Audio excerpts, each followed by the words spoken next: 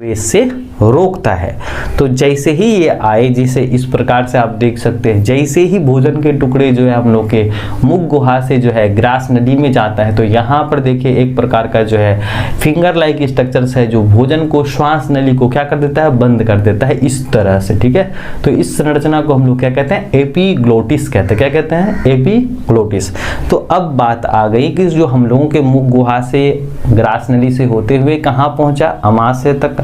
तो इसी दौरान जो क्या होता है, हमारे आहार नली में यानी ओइसोफेगस में एक तरंगनुमा संरचना बनती है। जैसे कि यहाँ पर आप देख सकते हैं, जैसे भोजन के टुकड़े को निगला जाता है, फिर जो है वह अमाशय तक हो जाता है ना, तो इस तरह से यहाँ पर जो है वेव बनता है, तरंगनुमा संरचना बनती है।